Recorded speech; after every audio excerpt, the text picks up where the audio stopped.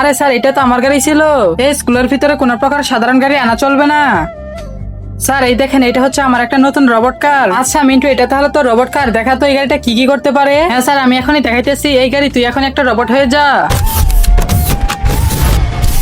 আরে ওয়াও, বাহ মিন্টু, তোর গাড়িতে একটা রোবট হয়ে গেল।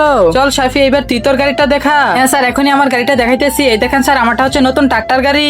আচ্ছা, এই গাড়ি তাহলে কি কি করতে পারে। এই ট্রাক্টর, স্যারকে তোমার শক্তি দেখিয়ে দাও। আচ্ছা ঠিক আছে মালিক। এইটা তো আরো বেশি সুন্দর ছিল। এই গরিবটার কাছে তো কোনো প্রকার রোবট গাড়ি নেই। হি হা হা, হি হা হা। আরে এটা আবার কার গাড়ি আসলো? আরে এটা তো সেই গাড়ি দেখা যাইতেছে যেটাকে কুকুর ধাওয়া করেছিল আর বাঁচানোর জন্য আমার কাছে হেল্প চাইছিল। আরে এই কি, গাড়িটাকে তো কুকুর দাঁড়া করেছে। এই কুকুর, যা এখান থেকে, যা যা। তোমাকে অনেক ধন্যবাদ দোস্ত, তুমি তো আমার জীবনটাকে বাঁচিয়ে দিলে। আমি হচ্ছি মিন্টুর সবচেয়ে সেরা লাক্সারি কার। আরে ওয়াও, এত বড় দামি একটা গাড়ি এই গরিবটার। আরে ওয়াও মিন্টু, ভেরি গুড, তোমার গাড়িটা তো সবচেয়ে বেশি সুন্দর হয়েছে। হে আল্লাহ, যেই কালিমাটি দেখে ভিডিওতে লাইক করে চ্যানেলটি সাবস্ক্রাইব করে দিবে এবং ভিডিওটা 10 জন বন্ধুর কাছে শেয়ার করবে। তুমি তাকে পরীক্ষায় পাশ করিয়ে দিও। কমেন্টে বলো আমিন।